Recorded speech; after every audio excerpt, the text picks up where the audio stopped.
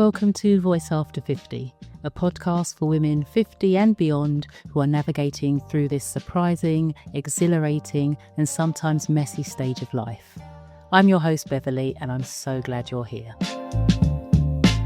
So last week's episode, asking the question about whether or not we can be friends with our exes, got me thinking more about relationships and connections. So I have another question for you. And fair warning, it was all inspired courtesy of a Friday evening with my brother, some friends, and what I will diplomatically describe as a few rum and cokes. So this is what I'm going to refer to as a philosophical wander through love, language, and the afterlife. Sounds really deep, right? So during this Friday night of merriment and catch-ups, we somehow got onto the topic of soulmates. We're all in our 50s and single. We've all been in long-term relationships at one point or another, and all experienced what we thought at the time was love, which, when you think about it, is the kind of conversation that really does need a drink first. Well, if you do drink. Because it sounds simple on the surface. Do you believe in soulmates, yes or no? But the moment you actually try to answer it, you realise it's anything but simple. So my brother asked me, do you believe in soulmates? And my answer, very helpfully, was, well, that depends on how you define soulmate. He was not satisfied with that, which is fair. So then he pushed further, because that's what brothers do. And he asked something that I genuinely haven't been able to stop thinking about since. He said, okay, but what about someone who's had more than one serious relationship in their life? And in each of those relationships, that person genuinely felt like their soulmate at the time. Who do they think they're going to see in heaven?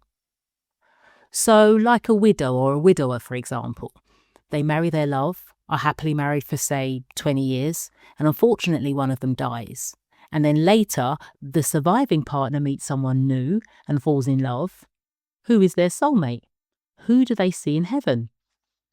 Now, in the moment, I said, very confidently, that those were two separate philosophical questions, which in hindsight was me buying time while sounding focused. But you know what? The more I've sat with it, the more I think there's actually something really profound buried in both of those questions. And today, I want to dig into them properly. Let's get into it. Soulmates. Let's start with the term itself, made up of two words, hyphenated, smushed together, depending on who's writing it. Notice what's in there. Soul.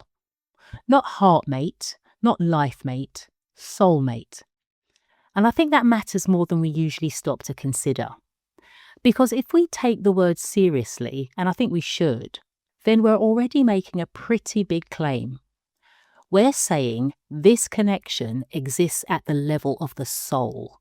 Not just compatibility, not just chemistry, not just timing and shared values and finding each other attractive.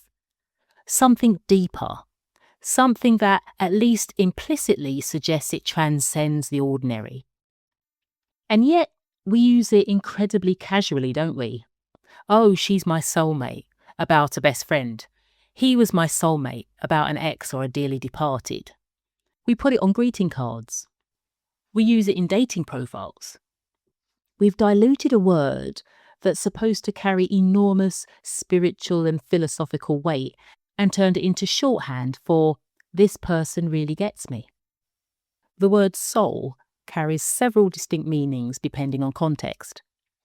Spiritual religious context may focus on the immaterial essence of a person, the part believed to survive death, to be judged or reincarnated.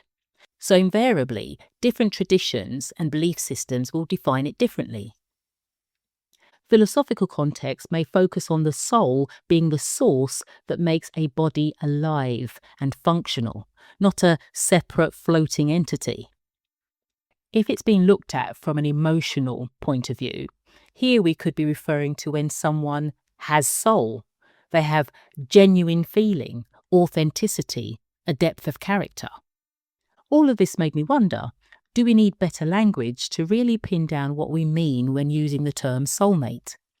Because I've noticed there are a few terms floating around that we use almost interchangeably, and I don't think they actually mean the same thing at all. Soulmate, the original, carries a sense of cosmic predestination, the idea that there is that one person out there meant for you. But there's also kindred spirit. I quite like this one. It seems softer to me. It suggests a deep resonance, a recognition, that sense of meeting someone and thinking, oh, you see the world the way I do. But it doesn't carry the weight of destiny. It doesn't say, only you. It sorts of leaves room for more than one. And then there's your person, which came into popular use partly through Grey's Anatomy, let's be honest, but has taken on a real life of its own. Your person is whoever shows up. Your person holds your secrets. Your person can be a friend, a sibling, a partner. And crucially, it doesn't have to be romantic. In a future podcast episode, I'll be talking about my mum being my person until dementia stole her from me. I like to look into research on different subject matters, and this is no different. So I found that researchers who study relationship psychology have found that people hold what they call implicit theories of relationships. Deep, often unconscious beliefs about whether relationships are meant to be or whether there's something you build over time. Those who lean heavily into the destiny-based beliefs, the idea that there is a perfect person out there waiting to complete you, actually tend to struggle more when relationships hit rough patches. Because if it's fate, then difficulty feels like a sign it was wrong. Whereas people who see relationships as something you grow and cultivate tend to be more resilient when things get hard. Which doesn't mean the soulmate idea is wrong necessarily, but it does make me think the language we use shapes what we believe, and what we believe shapes what we do. Here's where I want to challenge something. We have almost entirely connected the concept of soulmates to romantic love. And I understand why. It's the most dramatic version of the story. Boy meets girl, this is just for illustration purposes. The earth moves, destiny. But if we actually take the soul part seriously, if a soulmate is someone who connects with you at the deepest level of who you are, then why on earth would it be limited to romantic partnership? Think about the friendships you've had in your life. The ones where you met someone and it felt less like getting to know a new person and more like remembering someone you'd always known. That familiarity, that immediate ease, that sense of recognition. I've had that with friends, and I suspect you have too. Here's some more research insights. Research from the spirituality and transpersonal psychology space is actually quite interesting on this. Studies looking at what people describe as soulmate relationships found that it wasn't always romantic, that people reported these profound, instantly recognizable connections with friends, sometimes with family members, occasionally in ways that were almost inexplicable.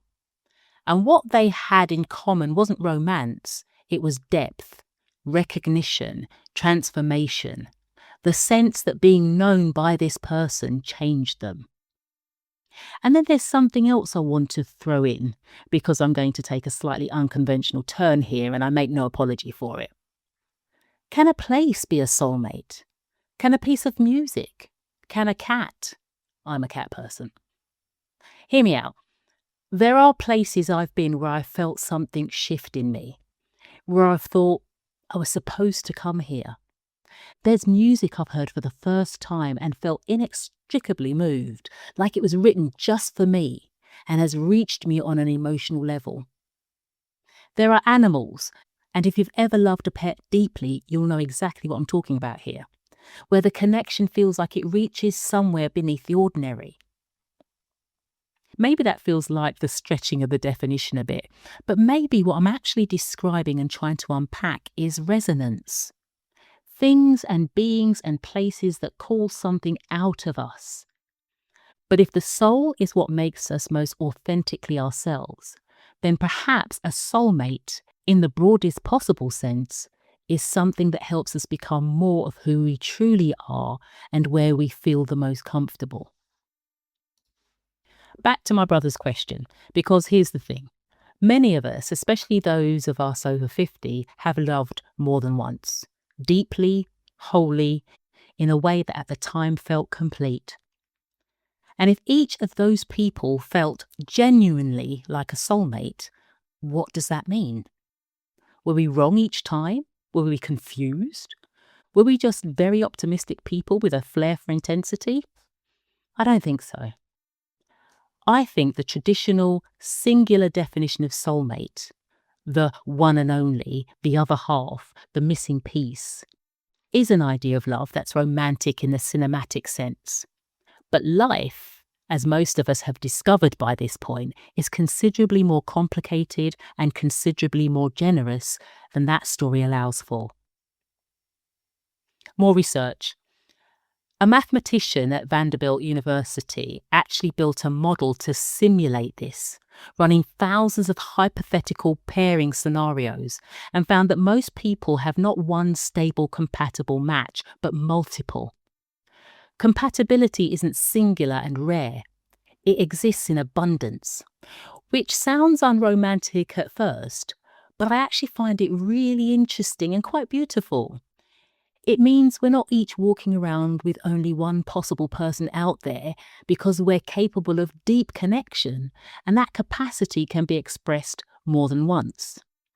And I think that's important for us as women over 50 especially to hear, because many of us have experienced loss, divorce, bereavement, relationships that simply ran their course. And the soulmate mythology, as lovely as it is, can quietly whisper something almost unkind. That if it ended, maybe it wasn't real. That if there was more than one, maybe none of them counted. I'd like to suggest the opposite. That we are perhaps people with large enough souls to have made that kind of connection more than once. And that rather than one diminishing the other, each one expanded us. Each one was real.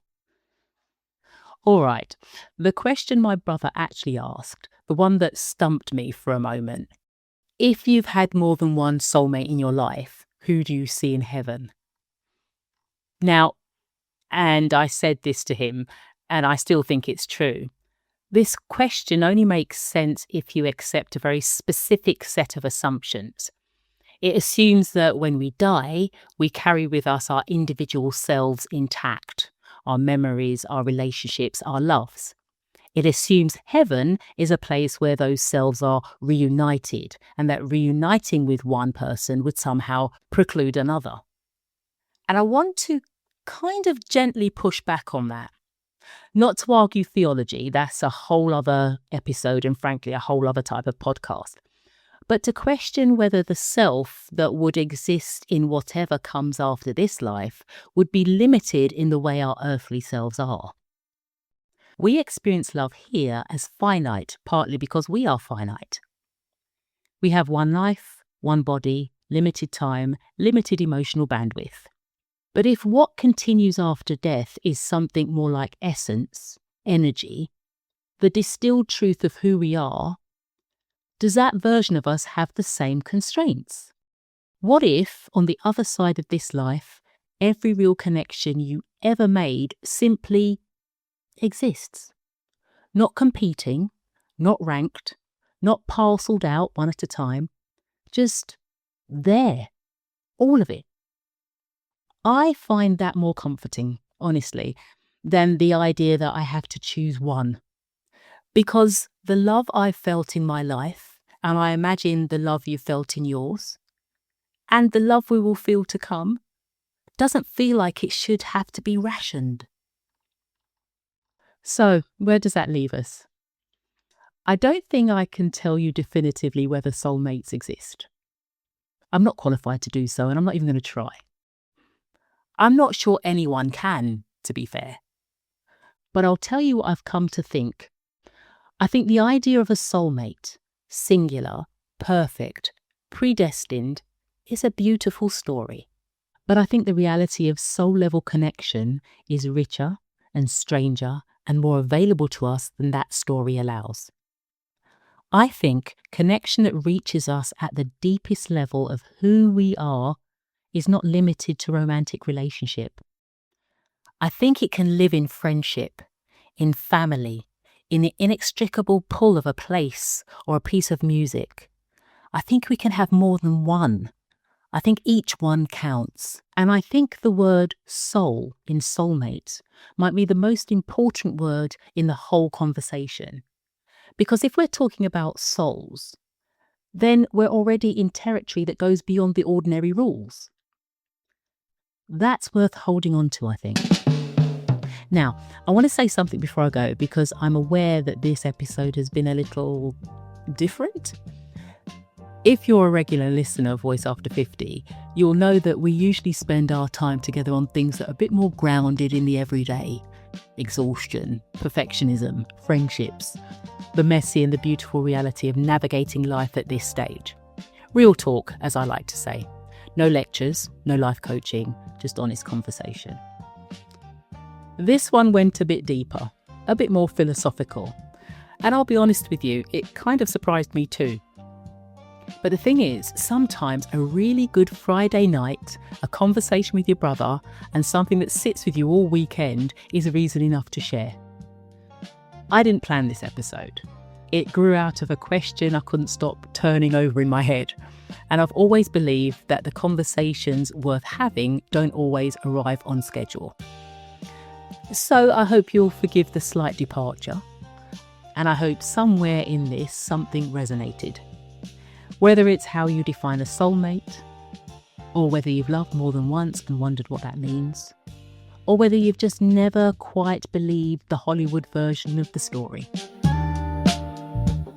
We'll be back to our usual territory next week, but for now, thank you for indulging me and my brother and the rum and cokes that started all of this.